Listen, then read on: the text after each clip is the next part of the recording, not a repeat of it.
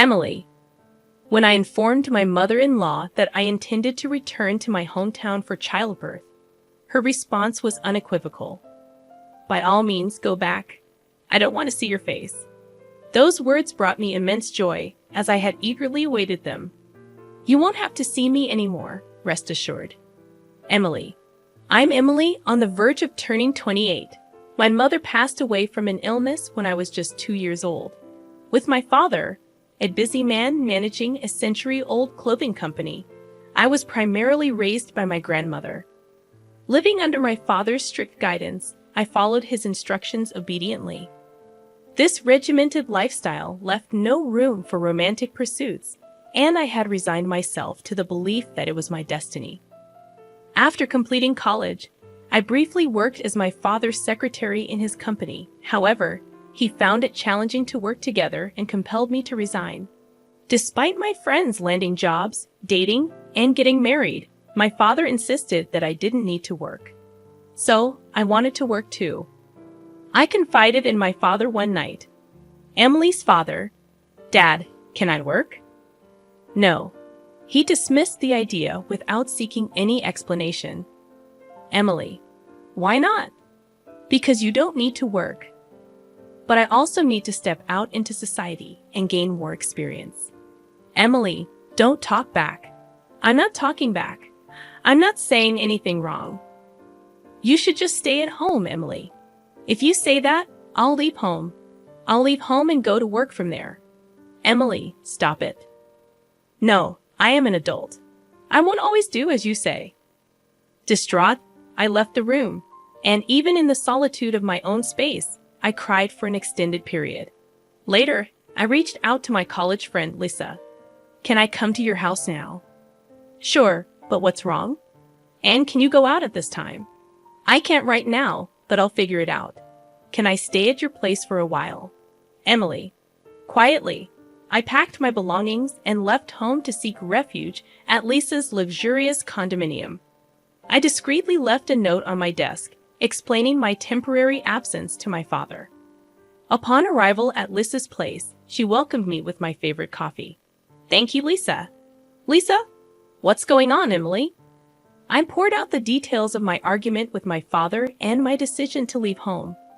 Lisa, that's awful, Emily. You've had no freedom at all. Her empathetic words stirred fresh tears. Until now, I did everything my father said, thinking it was normal. But suddenly, I've started craving my own freedom. Lisa, that's completely normal. It's strange that your father doesn't allow you to work. I'd like to meet many people and have a good time too. Emily, so does your dad know you're here? I left a note saying I was going to a friend's place, but he doesn't know any of my friends. He might be frantically searching for you right now. Maybe. Lisa, it's late now. Shall we go to bed? Yeah, I'm really tired. Lisa arranged a separate room for me to sleep in. The next day, when Lisa left for work, I found about 10 missed calls from my dad on my phone. Feeling sorry for him, I sent an email to reassure him not to worry. In the evening, after Lisa finished work, she called me. I'm going out for a drink. Why did you join us? Emily. Having little experience with social drinking, I was excited about going out. When I arrived at the location Lisa mentioned, I found her waiting with 2 men. Lisa. Apologies for the wait. So, who are these gentlemen? Lisa gestured toward the shorter man and said, This is my boyfriend. And the tall guy over there is single and ready to mingle. The tall man, Max. Nice to meet you. I'm Max. Emily. Pleased to make your acquaintance. Lisa. Oh, nice to meet you. I'm Emily. That marked the beginning of our relationship. Max worked at a small company in the apparel industry. Initially, I wondered if it resembled my father's company, but I swiftly dismissed the thought. Max's family dynamic was the opposite of mine, with only his mother present. However, he didn't delve into the details, and I refrained from prying. One day, Max expressed, I'd like to meet your father, Emily. While I have been corresponding with my father through email since leaving home, I had no immediate plans to return, so meeting him was not on my agenda. I'll consider it, but I'd love to meet your mom, Max. Sure, even today is fine if you want. Really? Today works. I should get a gift then. Yeah, my mom loves that kind of thing. Later, I discovered my mother-in-law not only loved such gifts, but also grew quite irritable if I failed to bring them. En route to Max's house, I picked up a cake at a bakery. Upon reaching Max's place, his mother was already waiting at the front door. Mother-in-law. When I inquired from Max why his mother was there, he mentioned sending her a message from the bakery. Emily. My mother-in-law fixed her gaze on me and asked, "And your name is?" Mother-in-law. Ah, I'm Emily. Nice to meet you. Mother-in-law. What do you do for a living? Emily. I'm currently unemployed, but I plan to work soon. Mother-in-law. Oh, so you're just idling about. How nice. It must be to be a rich young lady. I'm not wealthy. That's why I want to work. Mother-in-law. You don't need to talk back. What do your parents do? Emily. My mother passed away when I was young. My father works at a company. Mother-in-law. Him. Max. How long are you two going to chat out here? Let's head inside. Mother-in-law. Right. By the way, Max, did she bring anything? Surely she didn't come empty-handed. In a rush, I handed my mother-in-law the paper bag containing the cake. Emily. It's not much, but... She grabbed the bag almost forcefully from my hand, peering inside with a critical eye. I didn't really need anything, but I suppose I'll take it. In the brief minutes spent conversing with my mother-in-law, I grew to resent her deeply. I felt sorry for anyone tethered to such a person as a mother-in-law. As we entered the living room, my mother-in-law bombarded me with questions to which I offered only bland responses. Nevertheless, she persisted in her interrogation, almost as if I were a criminal suspect. Exhausted by the relentless barrage of one-sided questions, I seized the first opportunity to speak to Max. Emily. Max, I think I should be heading home soon. At that, my mother-in-law's face flushed with anger. Mother-in-law. Do you truly despise being with me that much? Your responses to my inquiries have been half-hearted all along. Max. Mom, please calm down. Mother-in-law. Max, why did you bring such a rude woman here? Surely there are better choices out there. Emily. I retorted sharply. What exactly about me is rude? If there's something I should improve, then kindly enlighten me. My response seemed to only stoke my mother-in-law's ire. Mother-in-law. You're quite cheeky, aren't you?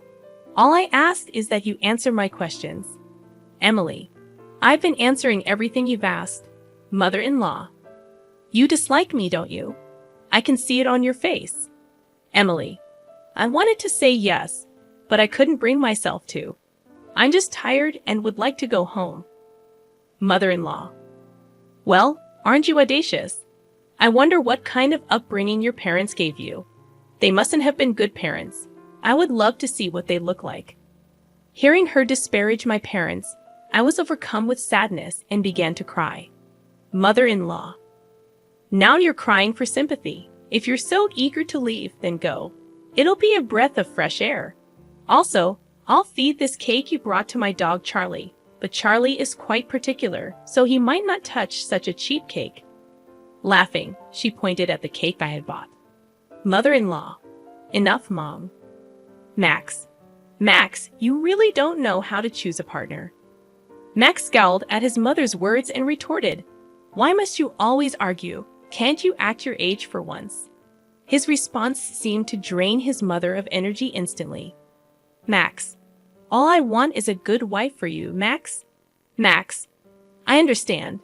But I'm an adult too, you know? I'm not a child anymore. Emily. I affirmed, and I can handle my own affairs. Upon hearing Max's words, his mother's eyes filled with tears, and she left the room with a despondent expression. I decided to depart as well, but Max followed me and offered an apology. Max.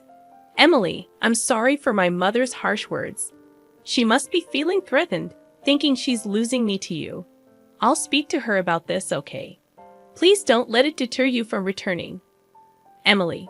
His mother's comments about my parents hurt deeply, Max. I'm not sure I want to see her again. As I uttered those words, a wave of sadness washed over me, and I collapsed into Max's arms, tears streaming down my face. Max held me close, and after a while, he suggested, "How about we go somewhere now?" Barely nodding, I left the house with Max. Since Max didn't have a car, we took the train and disembarked at a station near the beach. We sat on a bench by the sandy shore, gazing out at the sea for a long while. 2 months passed since then, and I discovered that I was pregnant. When I broached the subject with Max, he proposed. "Max, let's get married. We don't need a lavish ceremony, but let's make it official. We can reside at my house, all right? I don't earn much at my job, so renting an apartment is out of the question. I'll ensure my mother refrains from making unwarranted remarks to you, Emily." While living with his mother wasn't ideal, there seemed to be no other option. Emily, "Okay, I'll do my best to get along with your mother." And so, I found myself moving into my mother-in-law's house because of our impending marriage. I returned home to inform my father about it. His face lit up upon seeing me. "Emily's father. It's wonderful to see you looking well. I know we've been in touch, but it's been a while since we last met. What's the matter, Dad? I have something important to share." His demeanor shifted immediately. I recounted my encounter with Max, my pregnancy, and our intention to marry. My father listened silently. When I finished, he simply said, "Well, congratulations. I'm eager to meet my grandchild." His smile seemed forced. "Emily, Dad, thank you. I'm sorry for causing you sorrow as your daughter." I sat as tears flowed freely down my cheeks. My father too shed tears. I had anticipated anger, but his gentle words wounded me even more. I ended up residing with my mother-in-law due to our impending marriage. Lisa, who had been supporting me since I left home, offered her words. "Lisa, you better show me your cute baby's face soon." Emily, "Of course, and you should tie the knot soon too." Lisa, "I'm eager to walk down the aisle, but he's dragging his feet. But I believe things will fall into place. Let's dine out together again." I initially scheduled the move for Sunday, but my mother-in-law deemed it an unlucky day, so I rescheduled it for Saturday. The relocation went smoothly on Saturday morning. While the movers were busy, my mother-in-law stood by, watching them. Despite repeated warnings from the movers to step back for safety, she remained obstinate. Once the move concluded, my mother-in-law beckoned me over and said, "You didn't settle the payment, did you?" Emily, "I didn't catch that." Mother-in-law, She pretended not to understand and walked away, then handed something to the movers' leaders. Understanding dawned on me, but when she returned, she said, "Emily dear, it seemed like you were hesitant, so I paid on your behalf. Of course, you'll reimburse me later." Mother-in-law. She then cited an exorbitant sum. It far exceeded the norm, so I questioned, "You paid that much?" Emily, "Goodness, it was excessive." Mother-in-law, "It's not about the amount, but perhaps it was a tad too generous. It's the sentiment that matters in such situations. Stinginess invites curses." I'm not being stingy. I refrained from further discussion, aware it would lead to another clash. My mother-in-law wore an expression that said, "I'm always right." That's when Max intervened and asked my mother-in-law, "Mom, what's going on? What'd you say to Emily?" Mother-in-law, "Just a trivial matter," she replied curtly before walking away. "Max, are you all right? I warned her not to hassle you." Emily, "Thank you." Preferring not to disclose the near altercation with my mother-in-law to Max, I fear he might mention it to her, exacerbating her hostility toward me. Following the move, my mother-in-law scarcely interacted with me, evidently avoiding me. There were weeks when she wouldn't speak to me at all. And those were peaceful days. One day, Max brought home some work documents in an envelope bearing the company name, Star Textiles Incorporated, which startled me. It was a name I'd often heard while working at my father's company. They were one of our subcontractors. Max, "Yeah, why do you ask?" Emily, "Just curious. I realized I know very little about your company." I refrained from disclosing that his company was a subcontractor for my father's, sensing it better left unsaid. Max, well, we're merely a small subcontractor. If our parent company decides to sever ties, we'd go under instantly and all employees would lose their jobs. Max chuckled with a touch of sadness. About a month later, Max began returning home late from work and seemed despondent, prompting my inquiry. Emily, you've been working late lately. Is everything all right? You seem different. He admitted, the company is in trouble. Emily, like bankruptcy? Max nodded. Our parent company suddenly slashed our orders by half. Now our boss is pleading with them daily to maintain the status quo. We're also scouting for new clients. But if neither pans out, bankruptcy is inevitable. As Max recounted the situation, I considered appealing to my father to assist Max's company. However, my father adhered strictly to business principles and wouldn't extend help based on personal sentiments. Additionally, the number of business partners seemed to have dwindled significantly. I divulged to Max that my father's company was the parent company of Star Textiles. Max was initially surprised, but then implored me earnestly. Max, Emily, please implore your father not to cut ties with us. Emily, I'm sorry, Max. My father is business-minded. Personal matters won't sway him. Max, could you try, Emily? Emily, it won't change anything. As I spoke, Max sank to his knees before me. Max, please, I beg you. Emily, stop, Max. Don't do this. I'll speak to my father, but I doubt it'll make a difference. As Max raised his head, tears of relief streaked his face.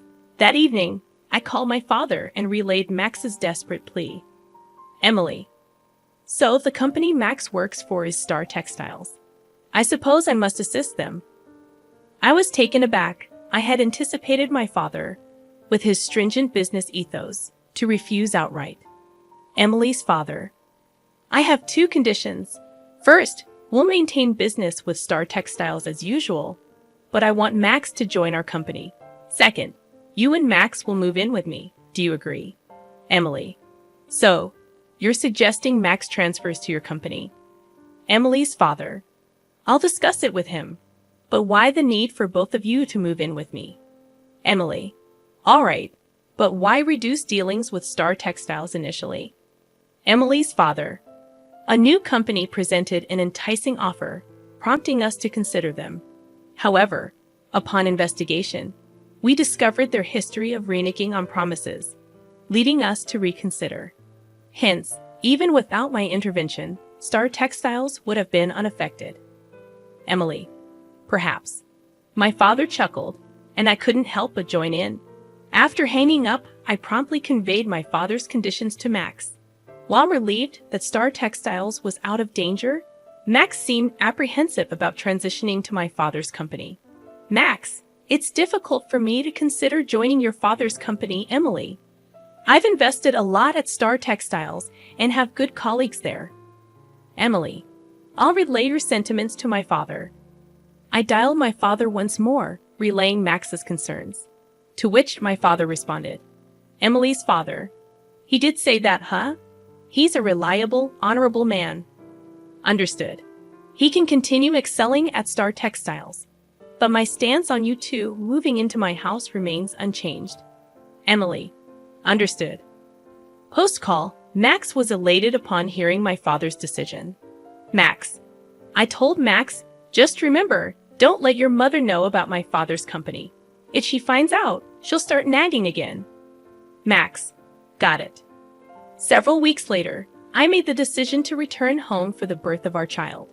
Despite it being just my father and elderly grandmother at home, it felt preferable to being under the care of my mother-in-law. Waiting until my mother-in-law was sipping her afternoon tea in the living room, I approached her. Emily, mother-in-law, regarding my childbirth, I've decided to return home. It's just my dad and my lively grandmother. Upon hearing this, my mother-in-law cast me a venomous look and retorted, by all means, go back. I don't want to see your face. Unfazed, I responded calmly. Emily, you won't have to see me anymore, so rest assured. Mother-in-law. What? Emily. I won't be returning here anymore, and soon Max will be relocating to my parents' house. Mother-in-law. What nonsense. Max is too occupied with work to move. Emily. It's sorted now. Just then, Max entered and informed his mother, Mom, things are looking up at my workplace. Emily played a key role. Mother-in-law. What are you talking about? Emily's dad owns the parent company of my company. Max. At this revelation, my mother-in-law's voice rose as she fixed her gaze on me before stating, Emily, I've been terribly rude to you until now. Deeply apologetic, she bowed. Mother-in-law. I had no idea you were the daughter of the parent company's owner. May I request a favor? I'd like to reside together in your parents' house. Max. Mom, no, you should stay here. Emily. I'm not keen on living with you, mother-in-law. I'd rather not be reminded of our past encounters. Please understand. With tears in her eyes, my mother-in-law pleaded. Mother-in-law, I know it seems harsh, but I can't bear to be apart from Max. Please. Max. No, I can't agree to that. Emily. Please stop. Your past conduct has led to this situation, mother-in-law. I addressed my tearful mother-in-law, who remained kneeling. Emily. You brought this upon yourself. 6 months later, Max, our newborn daughter Kay, and I paid a visit to my mother-in-law's house. However, it was eerily quiet, devoid of any human presence. Max. Calling out to his mother, Max received no response. Max, did you mention our visit? Max. No, I thought it would be a surprise. I wonder where she is. Suddenly, my mother-in-law emerged from the bathroom, looking severely frail. She remained impassive upon seeing us. The kitchen was strewn with empty instant noodle packets, and unwashed dishes littered the sink. Max. Mom, are you all right? My mother-in-law glanced at Max, but remained silent. Max. Mother-in-law, we brought your favorite cake. As I offered the cake, my mother-in-law seized it and began devouring it without a word. Echoing my earlier sentiment, I repeated. Emily. You brought this upon yourself, mother-in-law.